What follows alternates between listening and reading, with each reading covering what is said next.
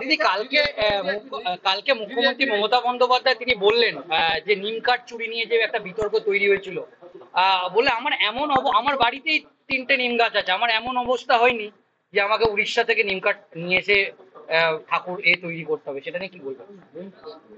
দেখুন, ওনার যা track record সেটা তো প্রমাণিত করে দিয়েছে যে উনি এবং ওনার দলের রক্তের মধ্যে চুরি রয়েছে। এবং যেভাবে নিম কাঠ চুরির কথা আসছে, জগন্নাথ কালচারাল সেন্টারে যে মূর্তি বসানো হয়েছে সেই মূর্তি উড়িষ্যা থেকে চুরি করে আনা হয়েছে, সেটাই তো উড়িষ্যার মানুষ বলছে, এবং তা নিয়ে তো তদন্ত শুরু হয়েছে। এটা আমাদের জন্য অত্যন্ত লজ্জার। প্রথমত তো লজ্জার যে একটা কালচারাল সেন্টারকে ধাম বলা।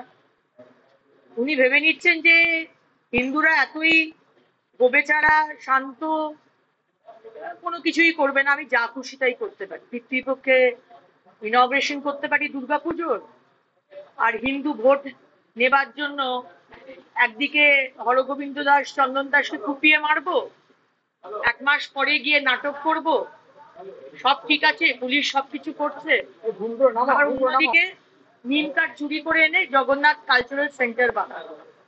সুতরাং তদন্ত হোক। আমাদের জন্য অত্যন্ত লজ্জার, আমাদের মুখ্যমন্ত্রী অন্য রাজ্য থেকে নিম কাঠ চুরি করে আনছেন, এর থেকে বেশি লজ্জার আমাদের নাগরিক হিসেবে আর কিছু বলার নেই।